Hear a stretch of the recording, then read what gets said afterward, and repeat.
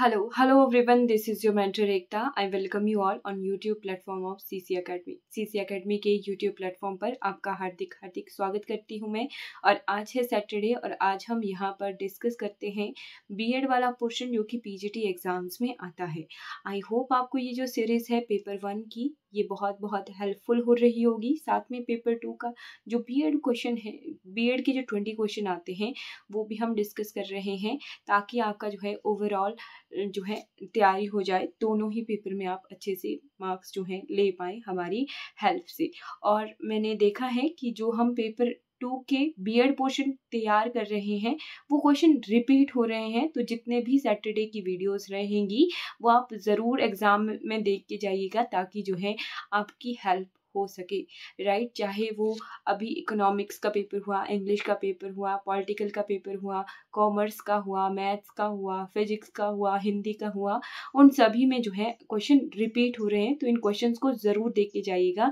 आज हमने लिए हैं लगभग 40 क्वेश्चन और आज मैंने लगभग सारी की सारी जो इंटेलिजेंस थ्योरीज जो हैं वो हमने ली हैं, तो थ्योरीज के क्वेश्चन जो भी आ सकते हैं वो हम देखते हैं आज, राइट। चलिए शुरू करते हैं। फर्स्ट क्वेश्चन है communication via new media such as computers, teleshopping, internet and mobile telephony is termed it.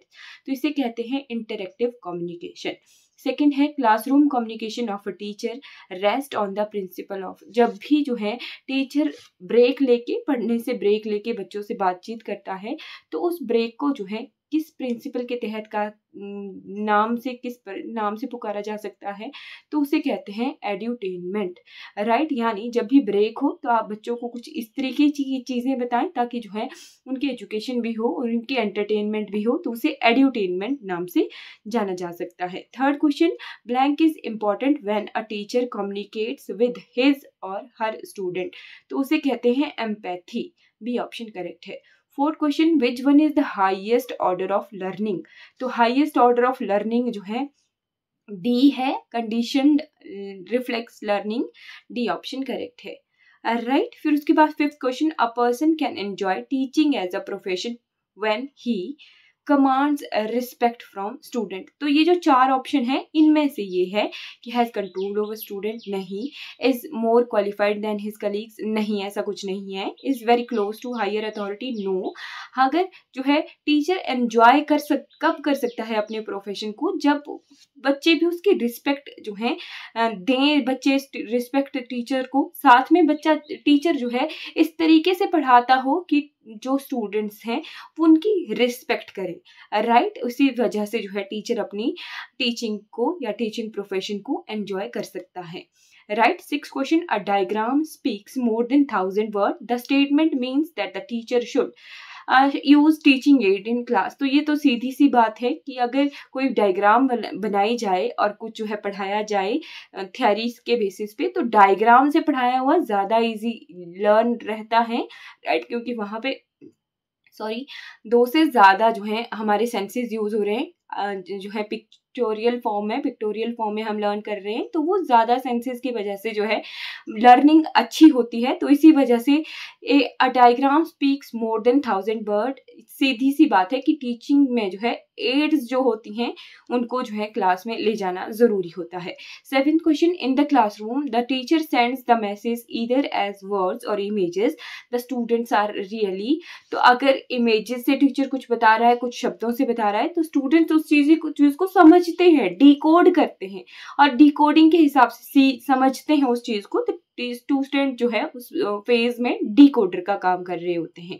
8 question, which of the following organization deals with the capacity building program on education planning, तो इसका नाम है NUEPA और इसकी आप full form बताएंगे, comment section में आप बताइएगा क्योंकि ये फुल फॉर्म्स वाले क्वेश्चन भी एग्जाम्स में आ रहे हैं, तो इसकी फुल फॉर्म क्या होती है वो आप कमेंट सेक्शन में बताइएगा। 9 question, attitude of the teacher that affects teaching pertains to, उसे कहते हैं affective domain. A option correct है। Instructional aids are used by the teacher to clarify the concept, right, जो भी इंस्ट्रक्शंस दी जाती हैं ताकि कंसेप्ट हमारा क्लियर हो जाए।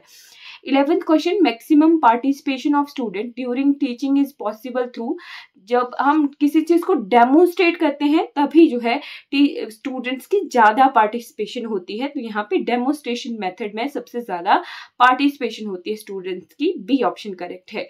12 question, which of the following is not a prescribed level of teaching. तो यहाँ पे मेमोरी लेवल है, अंडरस्टैंडिंग भी है, रिफ्लेक्टिव ही है, ये तीनों 3 लेवल्स जो है टीचिंग के हैं। डिफरेंशिएशन कोई लेवल नहीं है, ये 3 टीचिंग के लेवल हैं। Okay. 13 question, as chairman of independent commission on education Jacques Delors report to UNESCO was titled. तो ये सीधी सी बात है, ये रिपोर्ट जो आई थी उसका टाइटल पूछा गया है, यह है learning the treasure with in. ये बहुत इंपॉर्टेंट है, सी ऑप्शन करेक्ट है। जो हम पिलर्स ऑफ लर्निंग पढ़ते हैं, 4 पिलर्स ऑफ लर्निंग, राइट, वहां पे हम सबसे पहले ये जो लर्निंग थियरी आई थी, ये जो इनका नाम क्या है, जैक्विज डिलॉर, इनका नाम भी आपने ध्यान रखना है। इन्होंने ये रिपोर्ट यूनेस्को के थ्रू जारी की थी, राइट, जिसका टाइटल क्या था, learning the treasure with in, और यहीं से ही 4 पिलर्स ऑफ लर्निंग आते हैं। Okay. 14 question, the attitude, action and appearances in the context of classroom communication are considered as.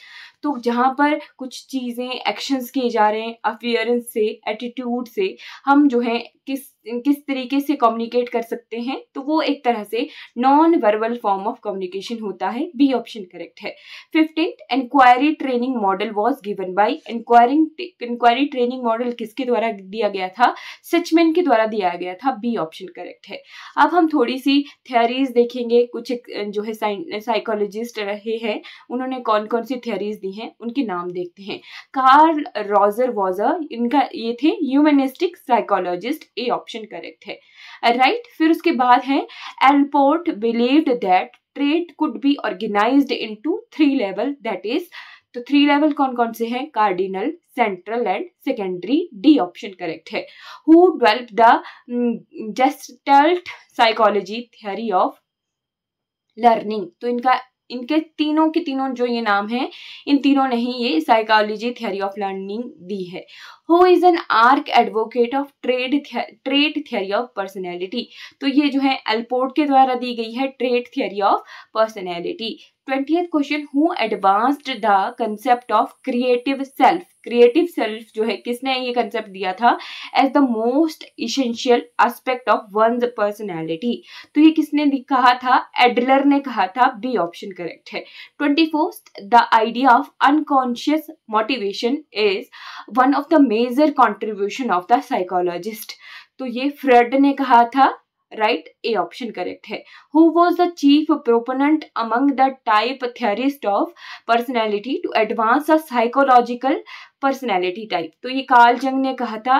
B option correct है, Jung. Okay. Defence mechanism are used to protect the person. तो defence mechanism किस लिए use किया जाता है, ego जो unconscious ego है उसको प्रोटेक्ट करने के लिए। 24th, in the study of personality, which sequence is more appropriate? तो ये है personality trait, personality type and psychoanalytic. ये इंपॉर्टेंट क्वेश्चन है, जो एजुकेशन के नेट के एग्जाम्स होते हैं ना, वहां पर ये क्वेश्चन आए हुए हैं और वहीं से ही HPPSC ने डायरेक्ट जो है एग्जाम में दिए हैं। तो आपने ध्यान रखना है, ये जो मैं सारे क्वेश्चन करवा रही हूँ ना, ये किसी ना किसी एग्जाम में आया हुआ है और वहीं से ही मैंने लिया है, right. Personality trait, personality type and psychoanalytic, ये सीक्वेंस है किसकी, पर्सनैलिटी की। The concept of functional autonomy of motive was advocate by. तो इन्होंने किसने दिया था autonomy of motive, Jordan W. Allport ने ही दिया था। डी ऑप्शन करेक्ट है। The theory of level 1 and level 2 intelligence was propounded by. तो किसने दी थी लेवल 1 एंड लेवल 2 की इंटेलिजेंस थ्योरी, जैनसन ने दी थी। ए ऑप्शन करेक्ट है। A gifted child is characterised by, तो creative and divergent thinking. A option correct है, राइट। डाइवर्जेंट थिंकिंग यानी हर दिशा में सोचना, राइट। जो क्रिएटिव चाइल्ड या गिफ्टेड चाइल्ड होते हैं वो हर दिशा में सोचते हैं। 28th question, in explaining the development of problem solving capacity which of the combination is most appropriate. तो ये डी का जो कॉम्बिनेशन है, convergent thinking, divergent thinking skills, seeing the relation between means and end, ये जो है सही है। 29 problem solving ability can be facilitated by encouraging use of analogies, right, B option correct है। Brain storming procedure are helpful specially for which category of child, तो ये creative children के लिए ब्रेन स्टॉर्मिंग मेथड जो है बहुत helpful होता है। ब्रेन स्टॉर्मिंग होता क्या है, एक जगह बैठ के कोई एक प्रॉब्लम दे दी और उसके बारे में बहुत सारी चीजों के बारे में सॉल्यूशन सोचना, उन्हें अपीयर करना, जैसे रिफ्लेक्सेस होते हैं ना कि हाँ एक चीज पेन बोला ना तो पेन बोल के आपको पेन बहुत सारे या तो कलर्स दिख जाएंगे कि कितने सारे कलर्स के पेन हैं, या बहुत सारी कंपनीज दिख जाएंगी, तो इसी चीज को ब्रेनस्टॉर्मिंग मेथड कहा जाता है। 31 who first coined the term general intelligence, किसने दी थी जनरल इंटेलिजेंस टर्म, तो स्पीयरमैन ने दी थी, ए ऑप्शन करेक्ट है। 32 who developed the multiple intelligence theory, multiple intelligence theory किसने दी थी, हॉवर्ड गार्डनर ने दी थी, बी ऑप्शन करेक्ट है। Which intelligence means that you are people smart, तो इंटरपर्सनल इंटेलिजेंस के तहत जो है यू आर स्मार्ट पीपल होगा, ये ए ऑप्शन करेक्ट है। Which is not a Thurstone PM में, तो इमोशन जो है थर्स्टोन पीएम में नहीं है। 35 the fluid intelligence of RB Cattell is equivalent to genetic factor, सही रहेगा, ए ऑप्शन करेक्ट है। The first psychology lab was established by, तो वुंडेट ने डी ऑप्शन करेक्ट है। Name the first psychologist who worked on the intelligence, तो Alfred Binet ने जो है ये सबसे पहले इंटेलिजेंस पे काम किया था। ये जो इंटेलिजेंस थियरी, फिर पर्सनैलिटी थियरी, बहुत सारी 3-4 थियरीज हैं, ध्यान रखना हमने आज की क्लास में सारी की सारी थियरीज से ही क्वेश्चन उठाए हैं, तो ध्यान रखिएगा कुछ एक क्वेश्चन जो है आ सकते हैं। चैप्टर 1 में है सारी theories. 38 the term emotional intelligence was coined by, तो डैनियल गोल्डमैन ने जो है इमोशनल इंटेलिजेंस ये शब्द दिया था। Contextual intelligence is also known as practical intelligence, है ना, कोई भी कॉन्टेक्स्ट के बारे में बात की जाए, मतलब प्रैक्टिकली बात की जा रही है, तो practical intelligence. 40 question out of the following which teaching method covers all domains of objective of teaching, तो ब्लूम्स टेक्सोनॉमी ने तीनों की तीनों डोमेन्स के बारे में टीचिंग मेथड्स दिए थे। ओके, तो यहाँ पे ब्लूम्स टेक्सोनॉमी बहुत इंपॉर्टेंट हो जाती है। चलिए अब यहाँ पे हमारे खत्म हो गए हैं 40 क्वेश्चन, और आई होप आपको ये जो सीरीज है बहुत बहुत हेल्पफुल हो रही होगी। और ये जो बीएड वाला पोर्शन है इसे देख के जरूर जाइएगा, यहाँ से क्वेश्चन रिपीट हो रहे हैं। और जो पेपर 1 आप तैयारी कर रहे हैं वो आप आंकलन कीजिए, खुद का जो है एनालिसिस कीजिए कि हाँ हमारी इतनी तैयारी है और इस तरीके से हम सॉल्व कर पा रहे हैं। सॉल्व नहीं कर पा रहे तो रिपीटेड वीडियो देख लीजिए, ताकि आपको जो है ऑप्शन में एलिमिनेशन में बहुत ज़्यादा हेल्प हो सके। आई थिंक इतना बहुत रहेगा। चलिए आज की वीडियो हमारी कंप्लीट हो जाती है। कोई भी डाउट होगा तो आपने अकेडमी के इस नंबर पे कांटेक्ट ज़रूर कर लेना है। कोई भी आपको अगर टेट के रिगार्डिंग, कमीशंस के रिगार्डिंग जो है आपको कोई भी बैचेस लेने हो तो आप जो है इस नंबर पे कांटेक्ट कर सकते हो। और थैंक यू सो मच इस वीडियो को देखने के लिए, बहुत बहुत धन्यवाद। आशा करती हूँ आपका आने वाला समय बहुत बहुत शुभ हो। Thank you for watching.